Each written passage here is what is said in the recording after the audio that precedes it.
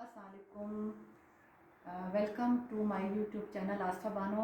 आज आपके साथ फिर सूरह बकरा को स्टार्ट कर रही हैं, तो हम शुरू करते हैं। औज़ु बिल्लाहि मिनश शैतानिर रजीम, बिस्मिल्लाहिर रहमानिर रहीम।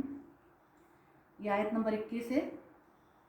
या अय्युहन्नासु उबुदू रब्बकुमुल्लज़ी खलक़कुम वल्लज़ीना मिन क़ब्लिकुम लअल्लकुम तत्तक़ून अल्लज़ी जअल लकुमुल अर्द फ़िराशं वस्समाअ बिनाअ वअंज़ल मिनस्समाइ माअन फ़अख़रज बिही मिनस्समराति रिज़क़न लकुम फ़ला तजअलू लिल्लाहि अंदादन वअंतुम तअलमून वइन कुंतुम फ़ी रैबिम मिम्मा अंज़लना अला अब्दिना फ़अतू बिसूरतिम मिन मिस्लिहि वदउ शुहदाअकुम मिन दूनिल्लाहि इन कुंतुम सादिक़ीन। सदक़ल्लाहुल अज़ीम। ये मैंने 24 तक पढ़ी है, 21, 22, 23 तक पढ़ी सारी। ये यहाँ पर 23 पे ख़त्म हुई सूरत। अब हम इसका तर्जुमा पढ़ते हैं। लोगों, बंदगी इख्तियार करो अपने रब की, उस रब की जो तुम्हारा और तुमसे पहले जो लोग हो गुजरे उन सब का खालिक है। तुम्हारे बचने की तवक्का इसी सूरत में हो सकती है। वही तो है जिसने तुम्हारे लिए ज़मीन का फर्श बिछाया और आसमान की छत बनाई, ऊपर से पानी बरसाया और इसके ज़रिए से हर तरह की पैदावार निकालकर तुम्हारे लिए रिज़्क़ का इंतज़ाम किया। बस जब तुम ये जानते हो तो दूसरों को अल्लाह का मद मुकाबिल ना ठहराओ।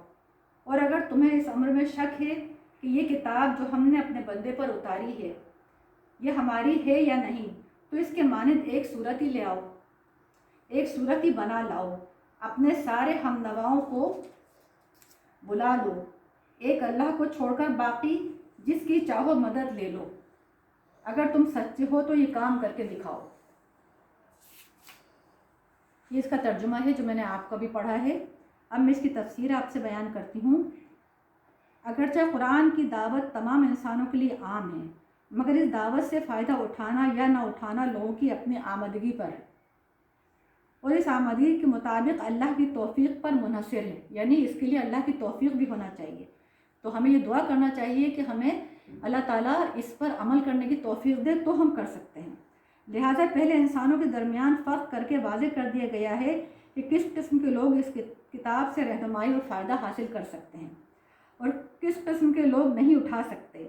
इसके बाद अब तमाम बनीनो इंसान के सामने वो असल बात पेश की जाती है जिसकी तरफ बुलाने के लिए कुरान आया है, यानी दुनिया में गलत बहनी और गलतकारी से और आखिरत में खुदा के अजाब से बचने की तवक्का। यानी जब तुम खुद भी इस बात के कायल हो और तुम्हें मालूम है कि ये सारे काम अल्लाह ही के हैं, तो फिर तुम्हारी बंदगी इसी के लिए खालिस होनी चाहिए। इंसान को बताया जा रहा है कि जब तुम्हें ये पता है कि सारे काम अल्लाह ही के लिए हैं तो उसी की बंदगी करना चाहिए। लेकिन इंसान क्या कर रहा है? कितने खुदा बनाए हैं उसने, ये खुद सोचे। दूसरा कौन इसका हकदार हो सकता है कि तुम इसकी बंदगी बजा लाओ। दूसरों को अल्लाह का मद मुकाबिल ठहराने से मुराद ये है कि बंदगी और इबादत की मुख्तलिफ़ अक़साम में से किस किस्म का रवैया खुदा के सिवा दूसरों के साथ होता है। आगे चलकर ख़ुद कुरान इसी तफसील के साथ बता रहा है कि ये इबादत की वो अक़साम कौन कौन सी हैं जिन्हें सिर्फ़ अल्लाह के लिए मखसूस होना चाहिए। यानी अल्लाह ताला खुद बता रहा है कि बंदे क्या क्या कर रहे हैं और किस किस तरह इबादत कर रहे हैं, अल्लाह की नहीं, इसके अलावा। तो फिर ये बात अल्लाह खुद बता रहा है कि किस तरह मेरी इबादत करना है, यानी मखसूस अल्लाह के लिए मखसूस होना चाहिए। और जिनमें दूसरों को शरीक ठहराना शिर्क है, यानी अल्लाह के साथ अब किसी चीज़ को शरीक ठहराएंगे तो शिर्क है, और शिर्क की माफ़ी नहीं अल्लाह के आगे। अल्लाह हम सब कुछ शिर्क से बचाए। जिसे रोकने के लिए कुरान में आया है कि बुला लो एक अल्लाह को छोड़कर बाकी जिस की चाहो मदद ले लो।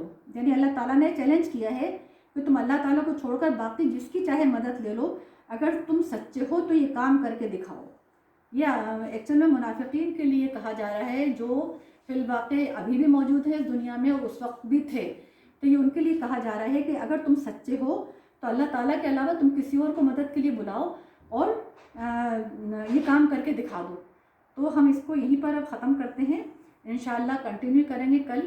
آج ہم نے 20 سے تو 23 تک آیت کا ترجمہ اور تفسیر پڑھی ہے، تو انشاءاللہ آپ کو سمجھ آ گئی ہوگی. اللہ تعالی ہم سب کو اس توفیق دے کہ ہم اس پر عمل کریں. رمضان کے مبارک ساعتوں میں ہم سورہ بقرہ کوشش کریں گے کہ پوری ختم کریں.